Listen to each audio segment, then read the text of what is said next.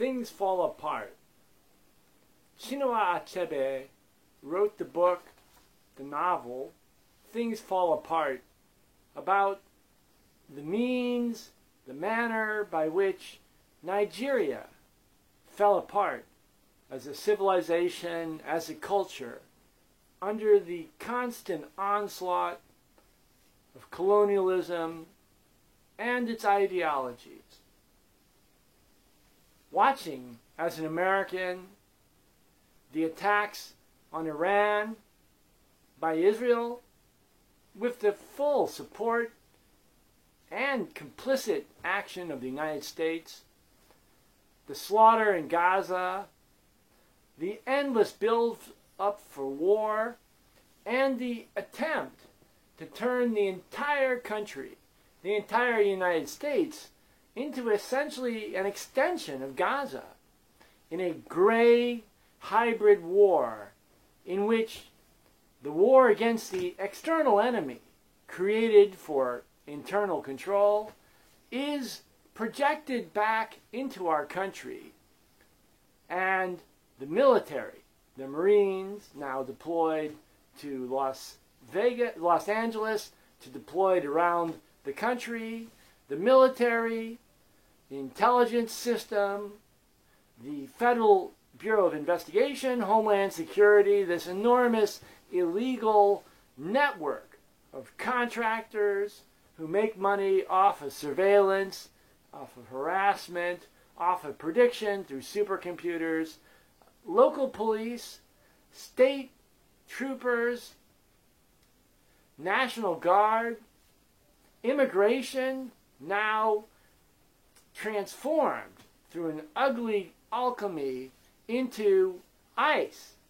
ICE.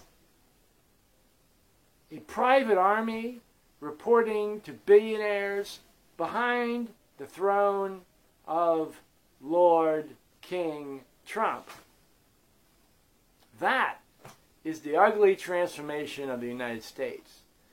And increasingly, this low-grade warfare, domestically and abroad, which wears one down day by day, is the new paradigm. In fact, that was what Israel's entire marketing plan was, to develop a new form of warfare, hybrid, low-intensity, long-term warfare.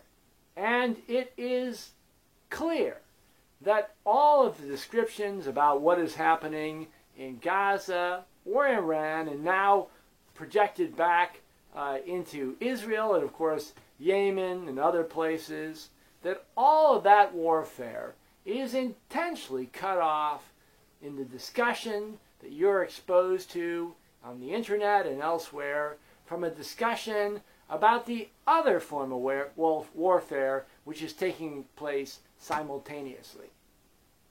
That other form of warfare is the psychological, information, biological, and nanotechnological form of warfare. That form of warfare is the way in which advertising, pornography, low-level indoctrination through education, the use of Facebook and other internet sources to downgrade the ability of children to think for themselves, the use of AI to make humans more dependent and less able to think for themselves, to destroy the ability to conceive of things in 3 dimensions. That is a critical form of warfare being waged around the world, as David Hughes says, omniwar, against all of us by a tiny handful of the super rich. Then, the biological aspect of it. This most clearly shown through the false vaccines, the development of mRNA vaccines of various forms, which are being forced on the entire world. And we see this tragic, if not comic, world in which all around us people are getting sick and dying, crippled, blind, unable to walk straight, suffering from all sorts of illnesses, cancers, turbo cancers, and nobody can describe what the causes are, and none of them can identify that this is, in fact, a critical part of this new form of war, of world war. Then there's the psychological information warfare aspect of it, to deceive people, to lead them to compromise themselves. The most classic being the mask, in which the individual is forced to wear this mask, which he or she knows is fraudulent, doesn't serve any purpose, but still, by being forced to wear that mask, even knowing its fraudulent nature, destroys the ability of the individual to resist, to think for herself or himself. Information warfare is when all the newspapers are turned into forms of information manipulation, intended to mislead, to create all sorts of false narratives, false anticipations, and most important, to make sure that no effective means of resistance can be created. For if you actually identify real issues and you start to organize people into an effective institution in which there's a chain of command, in which there's responsibility, in which there's commitment, and in which there's a motivation and vision for what is possible, if you can do that, then you are a threat. Much better to have people voting for throwaway comic book politicians generated by investment banks than any possibility that they would be able to think for themselves. So information warfare is in part a means of misinforming the public, but it is also part of this process of dumbing us down by giving us misleading, short-term, false narratives or distorted narratives. That is to say, taking something which is true, for example, the 9/11 false flag attack, and saying that it's a false flag attack, but throwing in all sorts of fraudulent information to mislead people away from what actually happened. And then I mentioned nanotechnology, a very big part, more I think than biotechnology itself, of the emerging form of hybrid gray warfare taking place around the world. Nanotechnology is something which is subject to an enormous amount of investment, almost all of which is secret in countries around the world, to develop weapons which are invisible, which can be very easily manipulated, which can attack the body and the mind, enter into the brain through the blood-brain barrier, and can be pumped into the air and distributed everywhere without being noticed at all. Every major country has a military which is investing billions, tens of billions, hundreds of billions of dollars in the next generation of nanotechnology. I don't claim to be able to tell you exactly what the weapons, although some people have given relatively accurate descriptions of what they are. But the point is that it's an entirely new form of warfare. So this is taking place at the very same time as this war with Iran and Israel. The same time that the military is deployed to Las Vegas. The same time that a series of political violence against a senator in Los Angeles, against state representatives in Minnesota, and across the country are being ramped up to create a feeling, a sense, and a reality of instability, violence, and the destruction of institutions. Now, to come back to what I started with, things fall apart. this is precisely where we are. The United States itself is falling apart. It's falling apart above all in a civilizational sense. That is to say, the basic civilization which determined values and perceptions of the world has been infiltrated by profit-seeking elements and distorted and destroyed from within. All empires fall from within. Really, no major empires fall because they're attacked from without. Only attacked once they are weakened. So this process, this civilizational decay, this decay of values in which people can no longer determine what is right and what is wrong, what is true and what is false. That sort of civilizational decay leads to a profound institutional decay. And that's where you get clowns like Biden or Trump becoming president, neither of whom were ever qualified to be president of anything, and both of whom were professional criminals. As the system breaks down, we find that it has ramifications through all of our lives. The United States becomes committed to contradictory goals. It seems to be trying to pull back, to return, to come back, to make America great, as it were.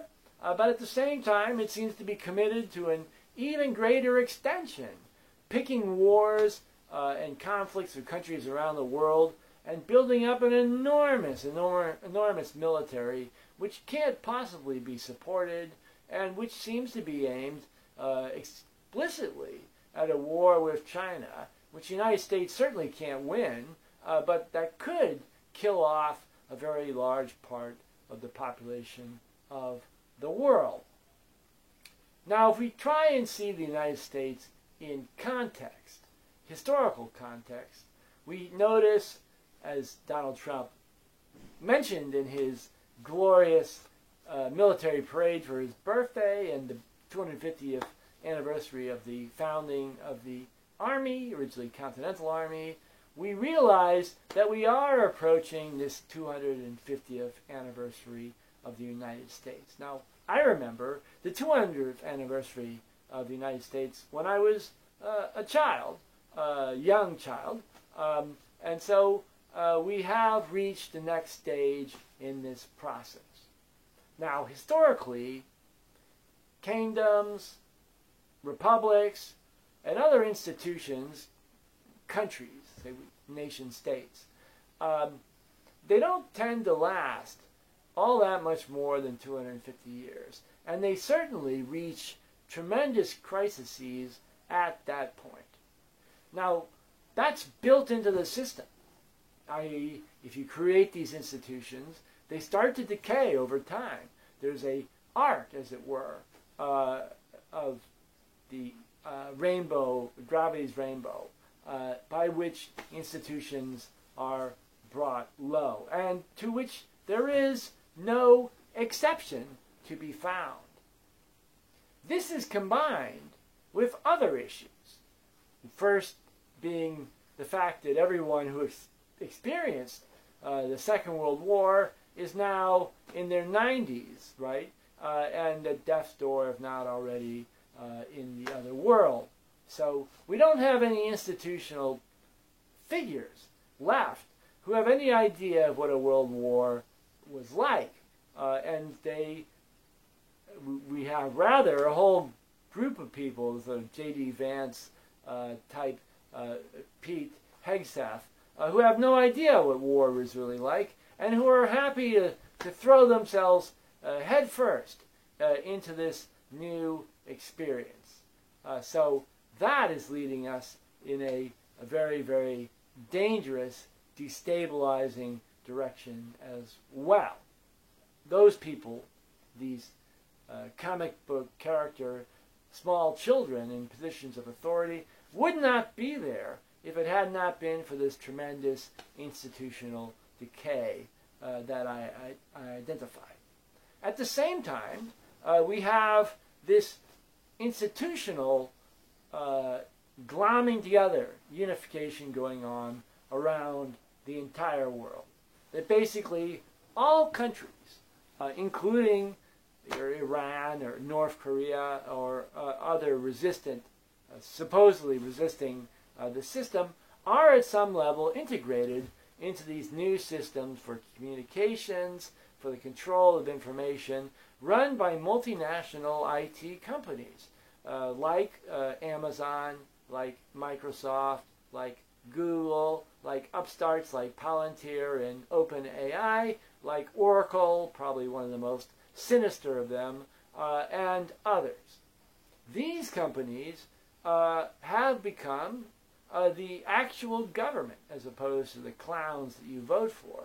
They control how information is distributed and increasingly, and how decisions are made, since everything goes to their cloud or to their internet, to their web, and increasingly they are also seizing control of what money is by digitalizing it.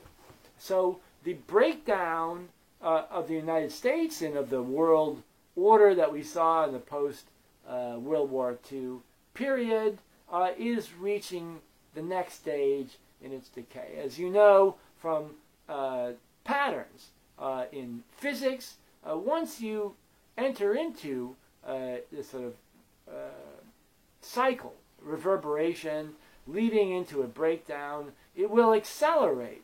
So that even though at the beginning it seems like just a small sort of like a inconvenience, a little bit of a twitch on the side, that as it moves into the next stage, which is what we're doing now, it will reach extremes, and that will start to really pull things apart.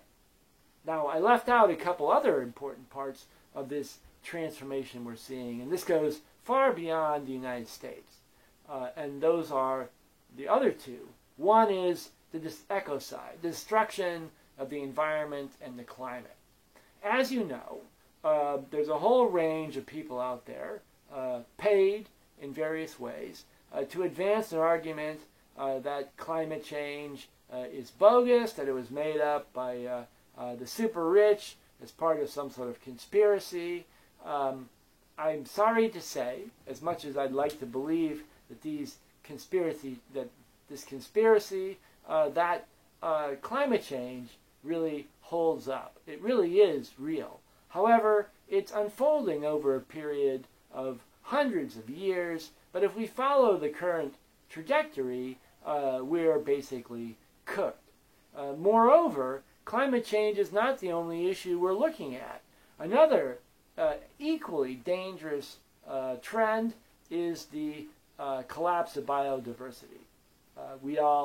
You've probably heard the story, I certainly know from my own experience, that whereas if you drove your car 30 years ago, your windshield would be covered with bugs, now there'll be almost none, because the number of different kinds of insects has declined, the total number of wild animals has declined precipitously.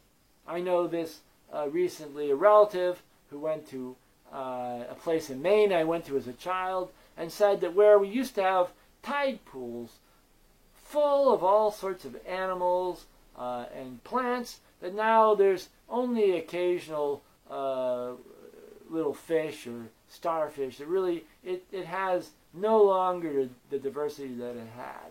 And this process is also accelerating, and it's taking place in a scale which is beyond the ability of most policymakers, investment bankers, and the people who are making decisions out there are capable of understanding, because the entire system, the economic system, our fake economy, has been based on short-term benefits, short-term returns through these artificial systems like the stock market, stocks, bonds, derivatives, etc.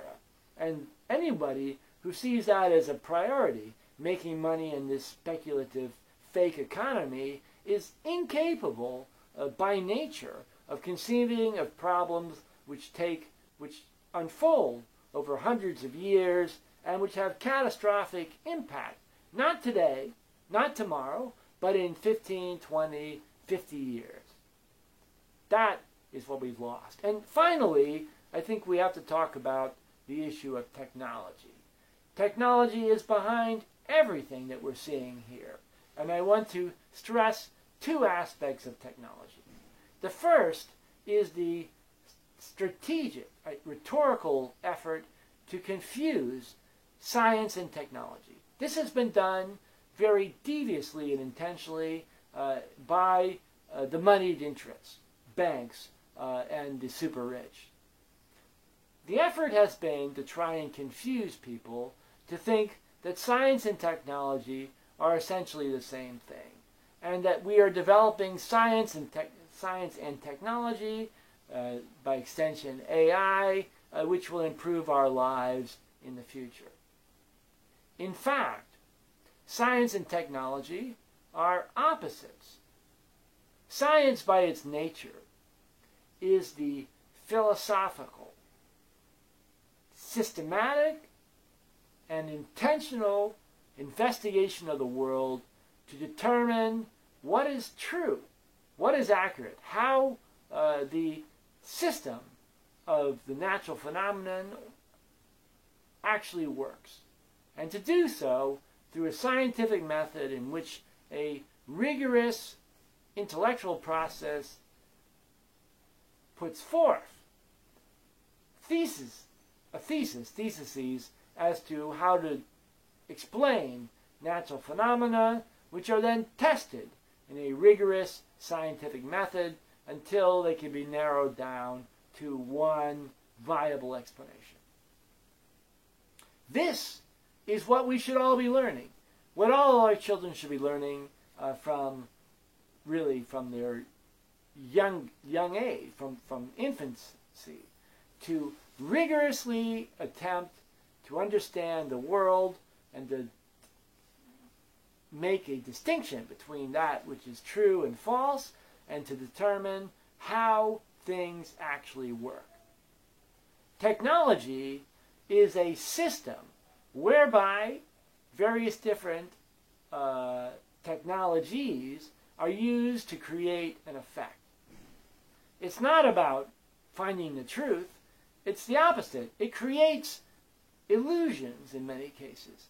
Technology can be harnessed for a scientific method, for scientific inquiry, but it's by no means guaranteed that that's the case. In the current day, technology has been turned against us as a weapon by the super rich, who have now, over the last 15 years, consolidated their control of our ideology and, by extension, money, which is, of course, part of ideology.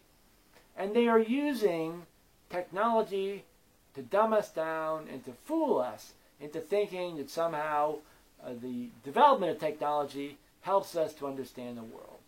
Something like Google, for example, uses a series of algorithms over time to dumb us down. Anyone who is able to step back can tell that Google searches today are deeply degraded compared with what they were 20 years ago. And I would speculate that that was intentional.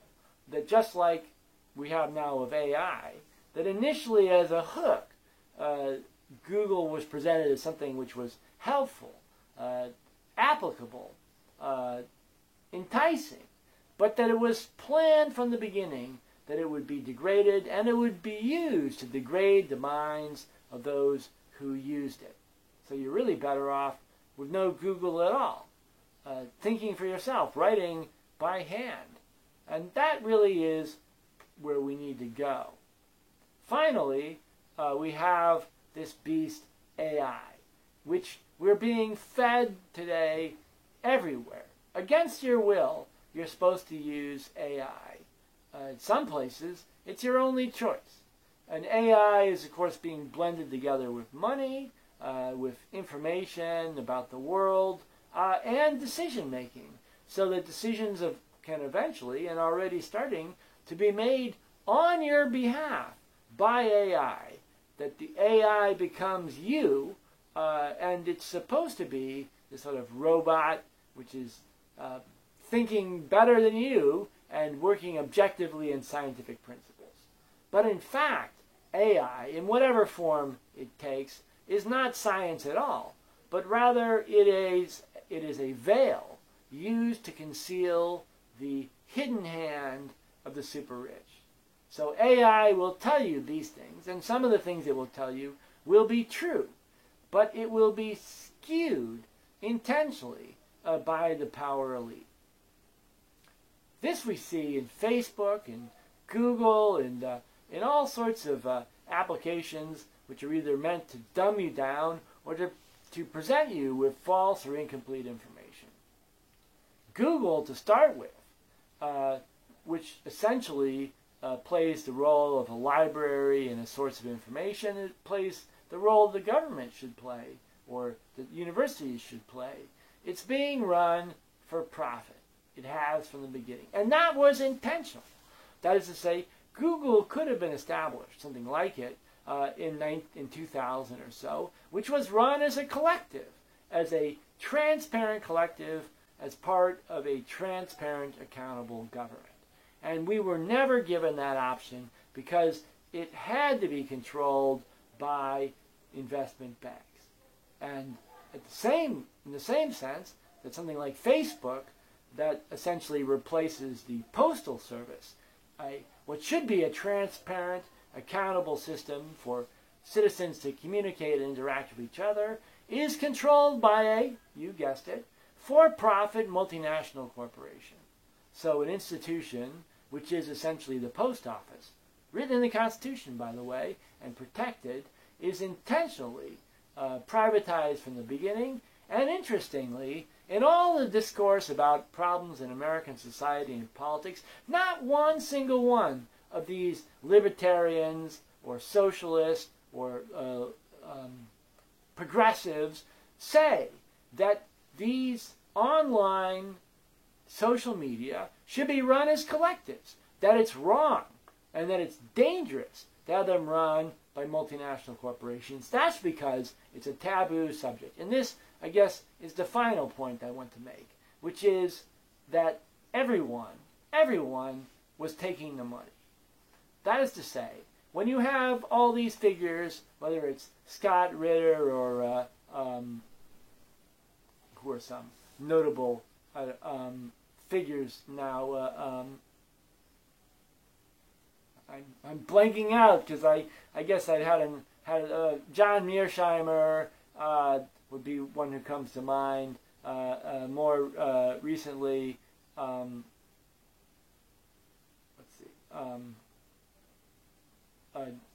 Jeffrey Sachs, for example. Anyway, or for that matter,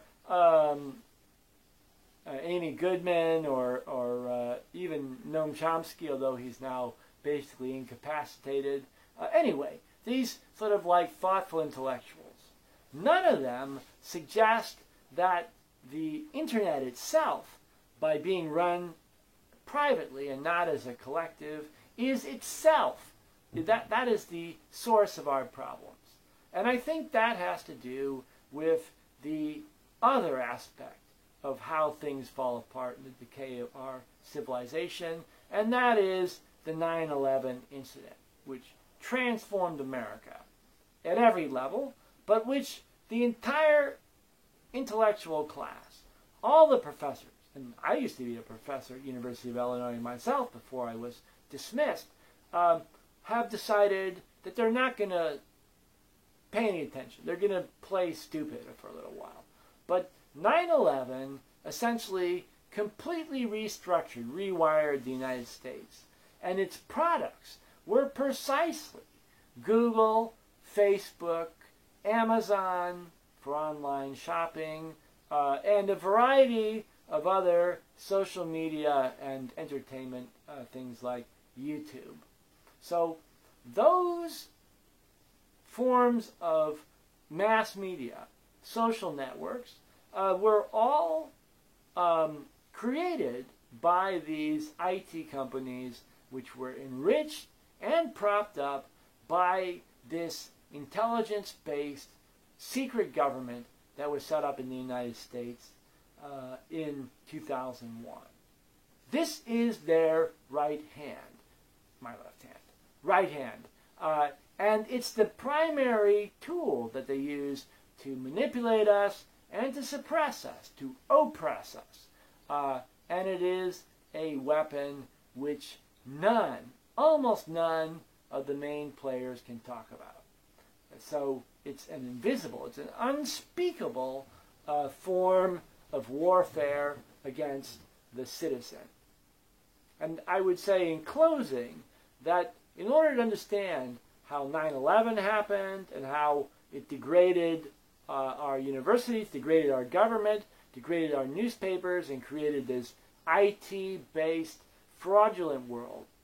And then that led to the COVID-19 reign of terror, when medicine and scientific research were all hollowed out, eviscerated, to form profit-generating weapon systems in a new battle of the super rich through investment banks and those parts of the military that they had seized control of, that these events have been blacked out. But you cannot talk about the slaughter in Gaza, about the war with Iran, unless you address what has actually happened in the United States and by extension around the world through this creation of this shadow empire that rules everything.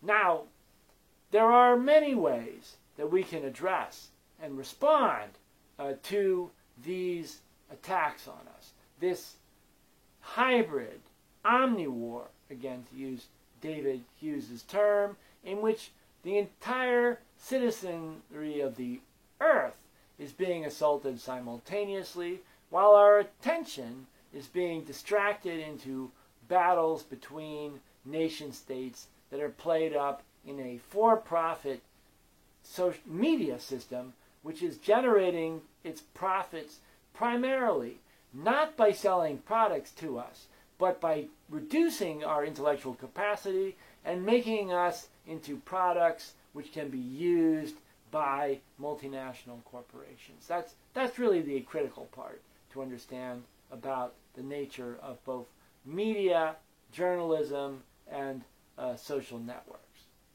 So I want to thank everyone for giving me this time here at the Center for Truth Politics at Green Liberty to talk about what's really going on as things fall apart.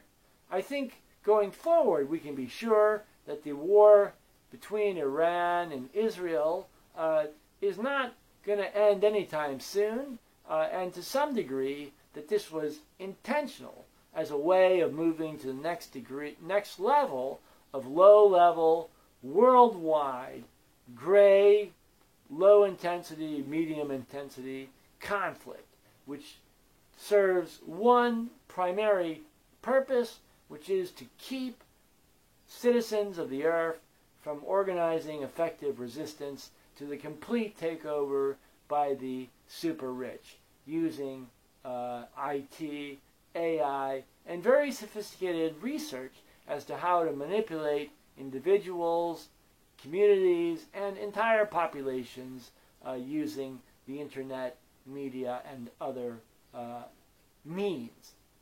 So thank you again for joining me, and I look forward to our next chance to describe how things really work and what exactly it is that's falling apart. You may have noticed that I didn't bother to mention much about Donald Trump or Elon Musk or any of these clown characters, because ultimately they are merely placeholders. They are there to distract you. That's their entire function, is to distract you and to keep you from the fundamental requirement, which is that you understand how a small group is controlling the means of production, the access to resources, the ideological structure which determines how we perceive the world, and all the systems for creating legitimacy and authority within our country, that is the actual battle taking place that we're supposed to not focus on.